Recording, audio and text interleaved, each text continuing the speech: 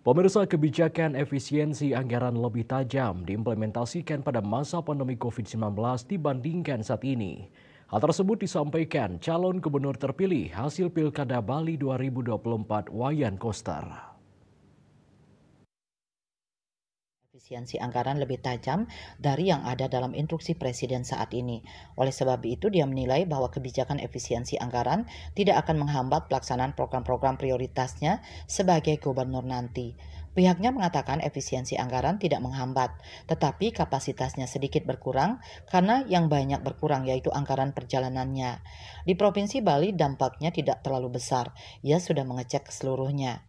Lebih lanjut, ia menjelaskan bahwa anggaran perjalanan dinas dipangkas hingga 50%.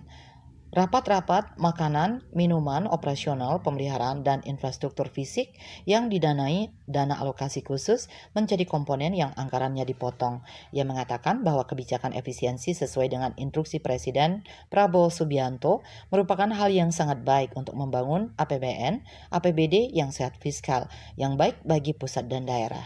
Adapun kebijakan efisiensi anggaran merupakan tindak lanjut dari instruksi Presiden nomor 1 tahun 2025 tentang efisiensi belanja dalam pelaksanaan APBN serta APBD tahun anggaran 2025. KMB Bali Pos.